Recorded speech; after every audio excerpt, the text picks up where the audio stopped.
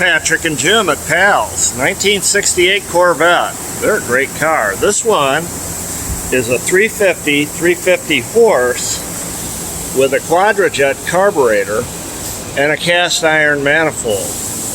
Now, up to 67, a 350 horse engine would have had an aluminum intake with a Holley carburetor. This one has got a Quadrajet, and it's here because it's got a fluctuating idle. Jim, talk a little bit about vacuum and leaks and what you found on this car. Well, the original carburetor I found on here, there's shafts in the bottom of the carburetor, Right. where the plates go, and it was leaking real bad. The plate was worn out on the base plate on the other side. So you're talking about, this is the base plate right here, right? Yeah, where your throttle is, you can't, but there's a... Let me go around there. You can point to it, it'll be better. So it was leaking vacuum, and that was causing the idle to fluctuate, right? Well, it was confusing to be a carburetor. These Rochesters, Right? they run on, they got metering valves in there.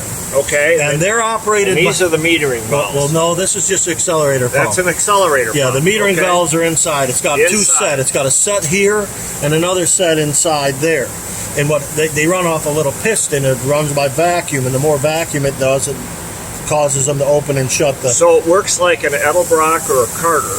Yeah, similar Okay. to Edelbrock or Carter AFB. So they're very stringent on the proper vacuum. If it's got a vacuum problem, it can make them act all strange. All right, so the first vacuum leak you found was at the carburetor base plate. Yeah, you could hear it hissing when the car was running. Okay. And we did our little spray check around it, and it just there's plates here that this rod has the plates that has flaps similar to this. That your throttle plates that open and shut. Well, it was worn out from the age and leaking around where the rod shaft goes through the carburetor. It was leaking very significantly. Okay. So to get a base plate, we just replaced the whole carburetor.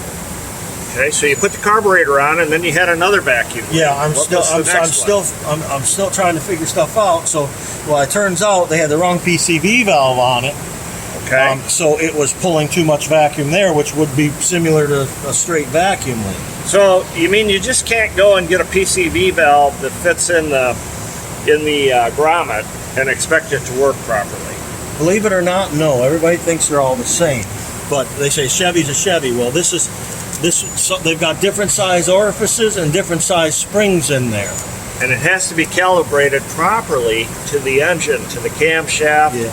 Everything has to work properly with it, with the amount of vacuum that the engine draws. If it's got too stiff a spring or too light a spring, you're going to have a problem with vacuum. Okay, so that was leak number 2. What was the third leak you found later so on, far? I'm still being finicky with my idle. It's still 1 minute I'll be running fine, and next minute, and I've been checking my timing and going over everything. I started eliminating stuff. Well, you can see a little residue here. I put some duct tape, black duct tape over this, and did what we call a smoke test, where I hooked the machine up to a vacuum port and put nitrogen and smoke through the system. I was checking to see if I had any leaks on my new base gasket, whatever, or the intake. I wasn't seeing any leaks here, but I had smoke, all kinds of smoke coming from the fender well. Well, in the fender well on these Corvettes, I don't know if you can see it in the picture. This is a canister here, is a vacuum canister. It takes vacuum and holds vacuum pressure inside the system because it uses vacuum to open the headlights and open the wiper doors.